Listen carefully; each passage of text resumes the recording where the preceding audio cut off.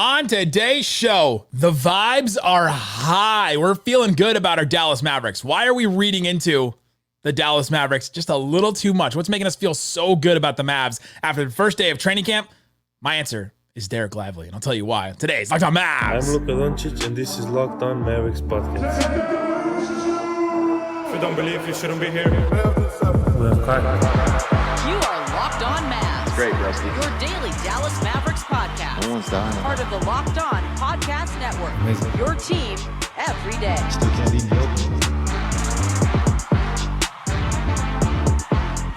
And welcome. You are locked on to the Dallas Mavericks. My name is Nick Angstadt, media member and NBA channel manager of the Locked On Podcast Network. Your team every day. Thanks for being part of the show, making Locked On Mavs your first listen today. Best way you can help us grow the show is to listen every day on any podcast platform. Leave a 5-star review, like the video on YouTube, and comment anything below. Today's episode is brought to you by Game Time. Download the Game Time app, create an account, use that code LOCKEDONNBA for $20 off your first purchase. And joining me from the great Slightly Biased YouTube channel with rose-colored glasses. What you got for me, Slightly Biased? How could you leave me out of media day, Nick? How could you betray me? You carried the show. No, Slightly is not credentialed. We're trying to get him there. Yes, we'll get there eventually. We're trying to get him to games this year. But yeah, that's why Slightly wasn't at media day. But yeah, today we'll get into why we're reading into the Mavericks, things that are making us feel real good about the Mavs right now. So I want to talk about Kyrie, share one of the answers he had from our media day interviews with him. If you haven't watched the media day interviews, go to YouTube, go to on the podcast feed, go listen to and watch all of them. Great stuff from everybody. I thought at least everybody had at least one good answer where I go, oh, I didn't know that about that person. And so we'll talk about that. So I got some of those, and I want to start here, Slightly Biased. The vibes are good. Media day, the vibes should be good, except for in Toronto, apparently, where Jakob Poeltl asked to be traded, basically. I thought that was a great answer, actually. Where Jakob Poeltl was like, we're not going to win a championship, so we'll see what happens to us. I actually thought that was very refreshing. It is refreshing for us, for sure. But usually media day, they're all like, our goal is the championship. That's it. Like, our goal is to win games and all that. But for the Mavericks, the goal is the championship. We heard it from many different people all throughout that the goal was the championship. And one of the reasons why they feel so good about a potential championship run for the Dallas Mavericks is Dereck Lively and Dereck Lively's ability to get better from where he was last year. We saw him in his rookie year after a disjointed first season in college, and then to play in Summer League, then to join the Mavericks in August and to work out a little bit, then to do the Abu Dhabi and Spain trip, then to do the whole season, get injured like 4 or 5 times throughout the season and miss multiple games, then to get, your starting spot get taken away by a trade, and then to go in the playoffs, and then to get more minutes than the guy that replaced you in the starting lineup in the playoffs, and then to play in the NBA Finals, and then all the stuff that happened in his personal life, which was insane. He talked about it immediately. I mean, he just went through an insane year. And now we get to see Dereck Lively in year 2, and I'm stoked to see what he does in year 2. Yeah, I mean, I said before the show that really, I'm not trying to be too cool for school here, but usually he does have his hood up. I just want everyone to know that he's like the kid in class in the back. It's late. I'm comfy. I'm full comfy. I'm disabled currently, actually. Oh. You want me to walk you through what happened? What happened to you? Was at the gym today. A lot of people noticed that, yes, I've been on a very healthy gym regimen over the last 20 so odd years. Swolly biased. But anyways, I was doing a workout, felt a pinch in my back. So problem number one. That's the worst. All right. Let's just call it now while we're ahead. Yeah. Took off the weight. Accidentally took off too much weight from one side. It fell over. I dropped a 45-pound plate directly on my foot. So I'm just hoping it's not fractured right now. We're still feeling it out. Oh my God. But that's why I'm just a little. Doctors are working round the clock to make sure that Slightly gets the treatment that he needs. I've had third and fourth opinions. If it doesn't work, we're going to send him over to Germany to get the best treatment possible. The Christian McCaffrey treatment. But I'm feeling good about Dereck Lively this year, and Jason Kidd confirmed that a little bit. Well, I was going somewhere before I went off on that. I was going to say, I usually don't care what gets said at media day because famously it's usually just a bunch of coach speak and we're happy to be here, rah, rah. Yeah. But the Dereck Lively, one of the more interesting thing was him kind of just casually dropping like, yeah, I'll shoot 1 or 2 threes a game, sometimes more than that. He said that. 1 or 2 threes a game is like a decently sizable number. Like I've been saying 1 3 a game. Like if that's just the number we can get at for him attempting 1 3 a game, he just drops 1 or 2 and then maybe more. Isaac and I let's see if I can find the board bet thing. We did the board bet where we had a bunch of Mavs fans vote on it. And we said Lively over under 5.5 threes total for the whole season. And 27% of fans took under. So it was not a given to everybody, at least, that he would take more than that. Made? No, just threes taken. Like because he only took 2 last year. He only took 2 last year in the whole season. But yeah, if he is willing to take those, it changes the offense, and that is super huge just for spacing the floor reasons. I mean, imagine if a Lively Klay Thompson lineup with the other 3 guys turns into a 5-out lineup. I mean that. Well, that raises the question: at what point in the year? Let's just say Lively comes out the gate 1.5 threes a game. What percentage does it have to be at by January before teams are like, okay, we'll guard you there now? Because it's like he could start the season 45% from 3. I guarantee you teams are still going to be like, whatever, you can shoot that. Yeah, well, yeah, try it. I don't know. I mean, if it's like 34? 34, but the volume would have to go up. Because they'll let you 34% 1 3. Yeah, right. If he's just taking 1 a game, he may not still affect the spacing at that point. But yeah, maybe if he's shooting that well. I mean, they're still going to have great spacing if Klay's out there with him. I mean, and pretty much everybody on this team besides Gafford, Dwight maybe, is taking threes. Well, Dwight, you never know. They had that one play.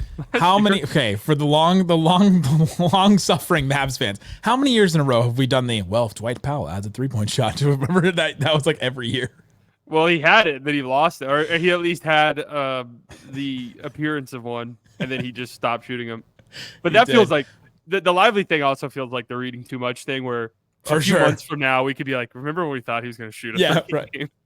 It's like, oh, the people that took the under on the 5.5 total for the year are winning this one so far. I'm reading into Jason Kidd's comment today from the first day of training camp about Lively. He said about Lively, quote, "He's another one ready to go, running with the first group starting," which we learned from Media Day, which we knew, which we expected. "In the post, there was a lot of post up he displayed, something that he's maybe added here. I think that first group was happy to see that. A lot of us were happy to see that with his post up game, being able to finish with both his right and left hand. Hopefully it'll give us another weapon." You want to talk about spacing the floor, and you want to talk about adding a dimension to an offense, being able to dump down to somebody, not just having Luka being able to post up. I think Klay can post up a little bit, and having Lively post up a little bit. I mean, we're not even talking about multiple times a game, maybe like 1 or 2 times a game. That adds a dimension to an offense too. So now we're talking about Lively as an inside out player, where last year he was basically just like a vertical up and down player. Yeah, I mean, that's interesting too, because I think I read somewhere in the summer that he said that's what he was really working on in the summer was post up, like being able to score in the paint without, a lob basically being thrown to him or a putback. So that would be really interesting. Those are things like the 3 ball is interesting. I think we could just, if the team's confident enough, we could get to 1 or 2 attempts of those a game. Like, I think we could just make that happen, force it basically. The post game, I'll be interested to watch. I don't expect something like that, because I'm going to be real, based off what we saw his rookie year, I don't think that's something that's right around the corner for him, like a really reliable post game. Him like becoming a better finisher with his right and his left hand, if it's not just above the rim explosive finishes, would be really nice just to improve his touch. But like post moves, that's something that feels years away from becoming reliable. So we saw a little bit of the patience in his post game though in the first year. Like he'll take the ball and it seemed slow developing, but at least we saw him not rush a ton and then still throw a hook shot or something over there. So at least we know, I think he's willing to do something like that. And it's good to see him working on it. And then it's the first day of training camp. So I don't know. Was he going against Dwight? Was he going against Jamarian Sharp? Like, I don't know. Like that's always the funny thing about training camp is it's like, oh, the offense looks incredible. And it's always like, okay. Does our defense suck? Terrible? What does it mean? It's like the Eagles, like NFL reference for our Europeans, are their favorite thing. But the Eagles like offense dominated all training camp, and they were like, "Oh my god, this is the greatest offense I've ever seen." Well, it turns out their defense is absolutely horrendous. It's just really bad. Yeah, it's just awful. Turns out. But I'm reading into everything with Lively, and I'm loving it. I'm loving what Jason Kidd said at training camp today about his post-up game. I'm loving what we heard about threes at media day. I'm loving all of it. The vibes of it are great with Lively. Coming up, Kyrie Irving said something really interesting to us in our media day interview. I asked him about the NBA Finals, and his answer was fascinating. We'll play it for you next. You don't believe you shouldn't be here. Today's episode of Locked On Mavs brought to you by FanDuel. FanDuel Sportsbook has all kinds of props and odds and things that you can use to get in on the action. Go check out and see what's available on FanDuel. Hey, NFL fans, if you understood the reference that Slightly said earlier about the Eagles, you could start the season with a big return on FanDuel, America's #1 sportsbook. So when you get a hunch in the middle of a game, you can check the latest stats, view live play-by-play, and so much more on the same page where you place your bets. You'll get started with $200 in bonus bets guaranteed when you place your first $5 bet. Go and see what is available for you. NBA Finals odds. The Mavs, plus 1,100. Same odds as the Nuggets. The Timberwolves actually have higher odds than the Mavericks to win the NBA championship on FanDuel. I don't know if should we riot? The Sixers have better odds than the Mavericks right now, plus 1,000. Timberwolves are plus 1,000, Knicks plus 750, Thunder plus 700, Celtics plus 320. So go check it out. See what's available on FanDuel. It's FanDuel.com. Shut it down! Shut it down! Let's go home! Thanks, everybody, for hanging out with us on Locked On Mavs, being part of the show, part of the Raccoon Squad, listening every day. Appreciate each and every one of you for checking out the show. Go listen to our Media Day interviews on the podcast. We put 3 different episodes with all 3 different interviews on there. We'll put all of them on YouTube as well if you want to go watch. Some really fun stuff from some guys. The clip that's going around right now is Luka throwing the towel at Dinwiddie right in the middle of his interview. And so he throws the towel, he runs away, and Dinwiddie's like, "That was Luka, right?" He turns around, and then like a minute later, Dinwiddie's giving an answer again, and Luka walks back through the camera, and he looks at Dinwiddie and he goes, "Good morning." It's just like as casual as can be. That was so funny. Luka was on one. So great. Luka was having a good time. And I'm kind of reading into Luka having fun at media day, throwing the towel at Dinwiddie. He sat down in front of media and was like, "Hello, did everyone have a good summer? Let's go around the room and talk about good stuff." Like, we've not seen him be this just like happy. It seemed like he was happy to be back. And then this picture is going around right now. This picture of Lively and Luka going at each other. Luka it has the ball and Lively's defending him. And like, you want to talk about reading into something too much? Just the joy on these two men, like these two guys' faces. I'm reading into it. The Mavs shared it on their Instagram, Twitter, and all that. I'm loving what I'm seeing from Luka. At least like his countenance, his aura, dare I say. Yeah, he does, and he looks good. I mean, body-wise, Yes. he looks good. I don't put any stock in any of that stuff ever. Player lost 20 pounds. Player gained 15 pounds of muscle. Whether or not that's possible. Whether or not that's possible has been debated many a times by doctors on Twitter I've seen. But he looks good. The only thing I do take when like measurements are mentioned, like Bilal Coulibaly grew 2 inches. That makes me perk up a little bit. That's a big one. That's a big that's one. like, oh, okay, that's a little interesting. If it's shrunk, if somebody shrinks, that's interesting to me. But Jeff Green on the Rockets. Jeff Green on the Rockets getting smaller. PJ Tucker getting 3 smaller. inches shorter. Yeah, the old guys.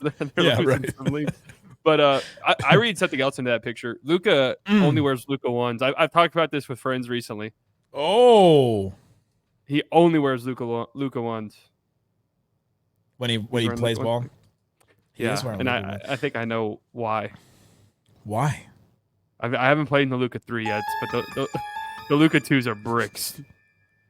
I mean, they're. I have a pair of Luka 2s. I use them as like walking around shoes. I don't think I would play basketball in them. No, the Luka ones are great though. Like they're really, really good. So it makes sense. Yeah. Loving what I'm seeing from Luka. I also loved what I heard from Kyrie at media day. I really wanted to ask Kyrie about the NBA Finals because it was such a stark difference. He shot like over 50% from the field in home games, and he shot like 33% from the floor in away games in the NBA Finals. There was something about playing in Boston, and so I labored trying to figure out how I was going to ask him. And I thought he had an amazing answer, and let's hear it from him right here. back in the finals now that you've had maybe a second, but at least some time to look at it. Yeah. For you personally, what was the big difference between home and away games? I'm sure you've looked back and saw your in the finals or in the playoffs? Finals. Oh, the finals, man.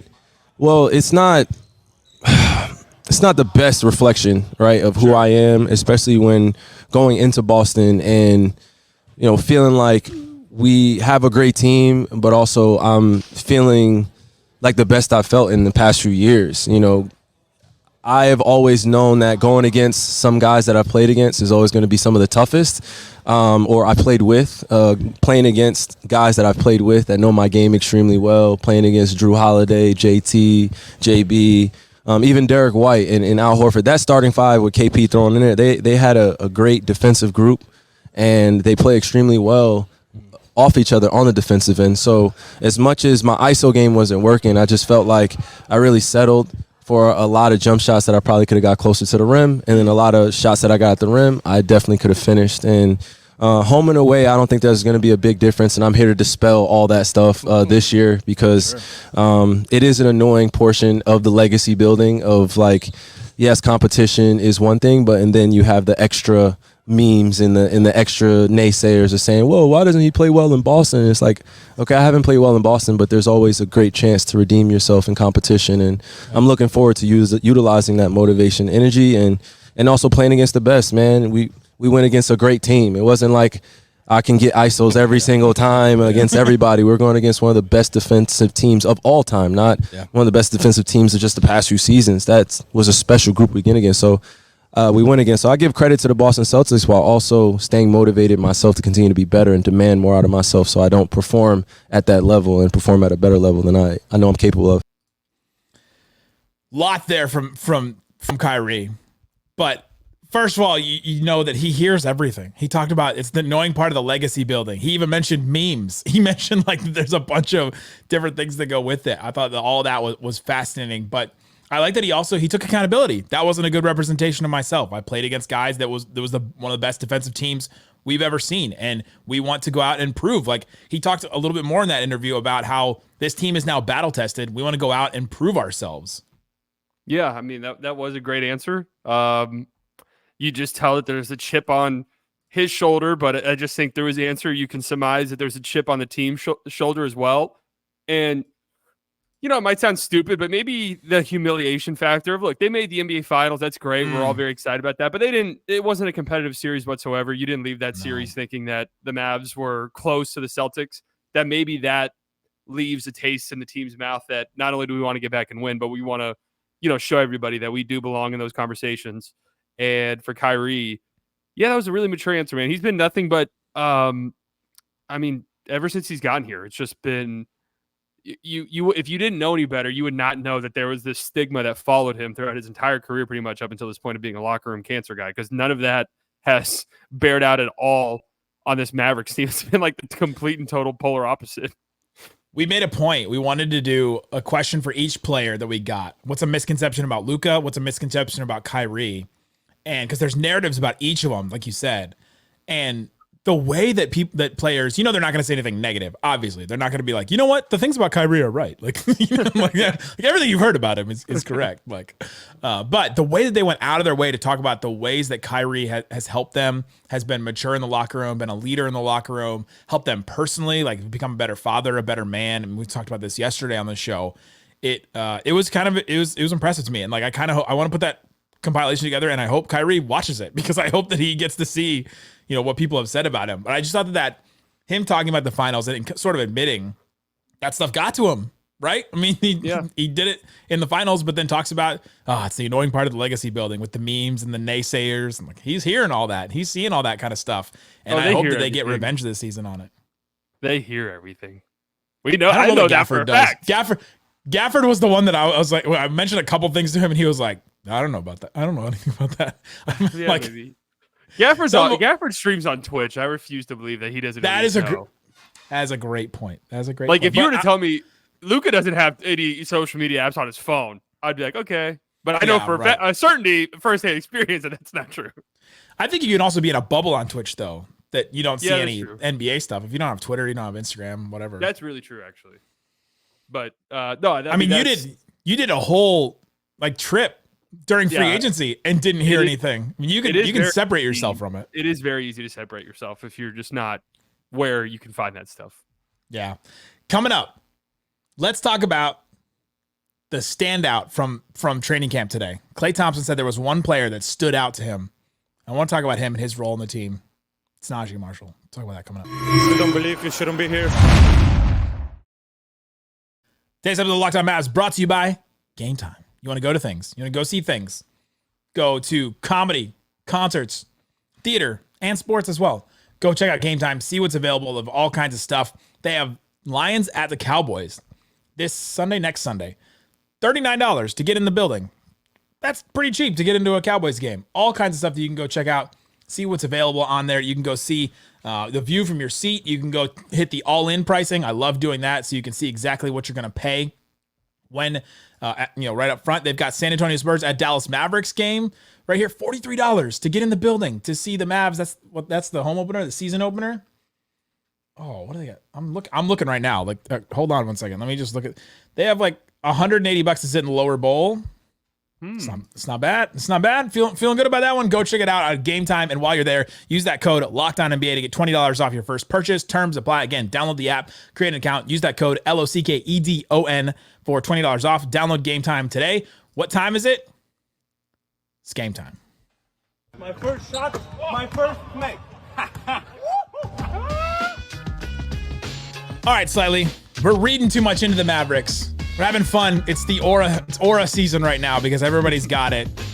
Have you seen the picture going around of Quentin Grimes sitting during our interview, holding the mic that people are sharing right now? I've seen some tweets about Quentin Grimes that I wish I didn't see. There's some thirst tweets about Quentin Grimes, but there's also just like. People are excited to like finally see him. People are like, man, nobody has an aura like Quentin Grimes right now. And I just think it's really funny because the picture going around, Mavs Social shared it, but it's from our interview. So he's holding the Locked On Mavs microphone. And Product placement, baby. That's right. So yeah, Quentin Grimes, I'm excited to see him. But Klay Thompson was excited to see Naji Marshall. He was asked, who looked really good today? Who stood out to you today? He said, Naji played really well. I was impressed. He scored a couple of times on me. Jumper was fluid and his mid-range was nice. Naji was really impressive today. Ooh, feeling good about Naji Marshall. Yeah, me too. I'm happy now because, I had, obviously I've watched Naji Marshall throughout his career. I read up on some stats, watched some stuff, but I finally went and did my full-fledged deep dive into Naji Marshall last week. So I feel like I'm now fully ready to come with some Naji Marshall takes. And yes, I'm very excited about what Naji Marshall brings to the table. He is so, and I say this in an endearing way, he is so confident. I don't know if there's a role player in the NBA. The drop that we have for him. I'm talented at everything, to be honest. I don't know if there's but it feels genuine, and it feels just like a very much like, this is just basketball. Like, I'm going to go out and play it. Like, it's at the end of the day, and I'm good at it. So whatever, like, that's what it feels like. So I'm very excited about it. I'm excited about his defense. It's really his offense to me that I'm like, hold on a second. This is. Oh, what have you seen with his offense that's piquing your interest? I think he could. I was kind of like, yeah, whatever. If Naji ends up starting, whatever. I think he needs to come off the bench for sure. Okay. Because there is a secondary playmaker, secondary ball handler aspect to his game that I'm not sure I was fully aware of. I knew it was there. I've heard Pelicans fans talk about it. I've seen it. But it's like untapped. He could be the second guard next to Luka or Kyrie when one of those two are sitting. Or, in a scenario where when Luka or Kyrie are out, he could run the offense. I truly do believe that. He can bring the ball up and initiate offense. This was the thing that I've been really excited to see about with him. There's a passing skill there. He can dribble, pass, and shoot.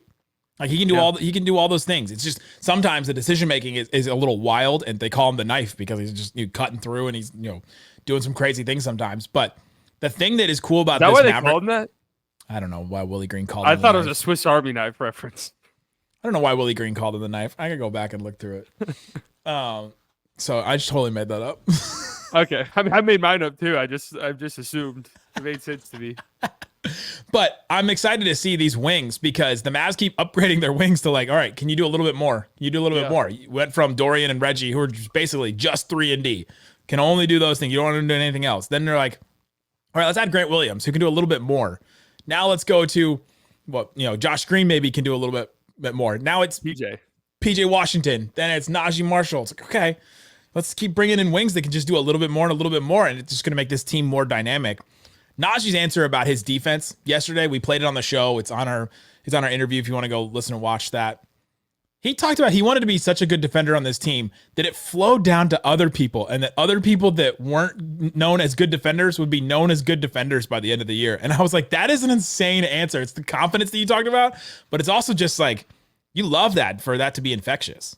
Well, that's the kind of defense he plays, though. It's very in your face. It's very, I think Dereck Jones Jr. is a better just sort of one-on-one defender just because he's more athletic and more fluid of an athlete. I think he moves his feet better than Naji Marshall does. But Naji Marshall is more of a playmaker defensively. He's scrappy. He's up on you. He's using his hands. Like, he's playing physical defense. That kind of defense, if anyone's ever played basketball, if you got a guy like that on your team, that does trickle down a little bit. Like, you sort of feed off that energy. You feed off that peskiness. And it is something that translates. Like, if you got a guy playing that hard for you, you look like an idiot if you're not also playing at that level or at least getting close to it. So I get where he's coming from. Would you say is the opposite of Christian Wood? Yeah. Where Christian Wood was like, oh, well, he's slacking, so he doesn't know where he's going. So well, this ties into sorry, Christian Wood. Yeah. I'm done on Christian Wood slander. We're way past it. I was past it too, and then I saw an opportunity. It ties into what Kid said in one of his answers where he was like joking, but kind of not joking, where he's like, yeah, Luka might have to guard the other team's best player every now and then. He's like, no, but really, honestly, he will have to guard somebody. Yeah, everyone was laughing. He was like, no, that wasn't really a joke. The thing about the NBA now is, though, he does end up guarding guys because they keep running up screens and switches and all that. He does end up guarding the main player a lot of the times in the playoffs. The infectious stuff will have to come into play there, and also just having more offensive guys who can do things offensively. In theory, there's less load on Luka and Kyrie, so they have more energy to exude on defense. You'd hope. I also can't wait for the first time that Naji fights through a screen and then waves Luka off so he doesn't have to guard somebody. I think the AAC is just going to go nuts when that happens. Yeah, I'm also excited for the first. I'm getting over this screen, but a little elbow into your chest. Ooh. There's going to be one of those. Who would be the best player? Who'd be the best player for you're in the AAC? It's a tight game. Everybody's still into it. Nobody's stopped paying attention. And then you're the best opposing player? Yeah, Naji elbows him a little bit. Is it Booker? Porzingis. That's a great one. Yeah, you got to give Porzingis a little elbow. I'm ready. It's been way too friendly, and I think it's because we haven't seen a playoff matchup yet. But I'm ready for some hostile Denver feelings. Ooh, I'm ready there hasn't been that yet. There haven't. I mean, it's kind of crazy too because of the Mavs and Nuggets. It feels like always play in these. If it's either the Nuggets blow the Mavericks out or the games are very, very close and Kyrie's left-handed floater game winner was last year against the Nuggets. And before Kyrie, Jokic has hit crazy game winners over the Mavs in recent years too. But I'm ready for a little fiery. It probably would never happen because Luka and Jokic are obsessed with each other, but we haven't seen them really compete against each other, and I think that would be fun. That would be fun. It would just be a fun rivalry, I think. That would be fun. Is there another player that Naji could give a little bow to? Well, I'm thinking Shea, but somebody on the Thunder. Yeah, some Mavs fans would. Lou Dort. Lou Dort would be the one on the Thunder. Lou Dort would get a roaring standing ovation at the American Airlines Center. That would be the one on the Thunder that would really get Mavs fans going. Gobert, but that's just obvious. I threw in one of Kyrie's answers. He talked about Luka and how hey, if you talk crap to Luka, he wants to give it back to you. And I looked at him and I said, Gobert learned that. He said, you said that, not me. Well, I'm happy about that. Lively already talks with trash to Gobert. Gobert's just such an easy punching bag that it's just whatever. But Luka hit one of the greatest shots in Mavs playoff history against him.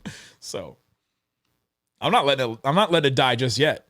Pound for pound, if you just take out meaning and context, because then you could say that Dirk layup in game 6 or game 2. Yeah, game 2, and then the Dirk and 1 in game 7 against the Spurs. That's probably the best Maverick shot ever. The Vince Carter in the corner. That game winner one was huge. But if you take out all context, that Luka shot really might be the best. I still game. I mean, one in game 7. It's a game winner. It wasn't a buzzer beater, so there's that too. True. So was Dirk's layup. No, I don't even think Dirk's layup was a buzzer beater. I think Vince Carter was the only buzzer beater game winner. It was a game winner, but it wasn't a buzzer beater. It's like there's a difference between the two. There you go. Let us know in the comment section on YouTube, what are you reading too much into with the Mavericks? And go listen and watch all of our Media Day interviews. Go check out Slightly Biased YouTube channel. Slightly Biased, great stuff all the time on there. Guys, thanks so much for listening to Locked On Mavs. Peace out. Boom. Go Sabrina. Go Liberty.